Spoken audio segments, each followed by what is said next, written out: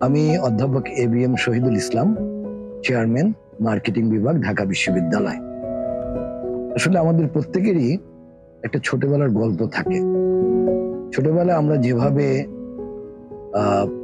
Open স্পেসে দৌড়াদৌড়ি করতে পেরেছি, খেলাধুলা করতে পেরেছি, সেই সুযোগটা আর ঢাকা শহরে নেই।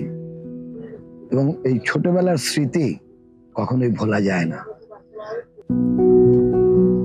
ঢাকা শহরে যদি আমাদেরকে সেরকম একটা আনন্দদায়ক পরিবেশ দিতে হয়, তাহলে আমি মনে করি শুধু বাড়িটা হলেই হবে না।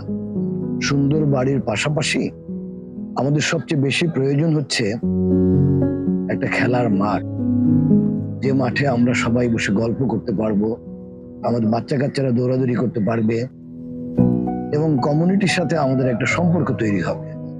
কাজে আমি সুন্দর বাড়ির সাথে একটা খোলা মাঠ চাই।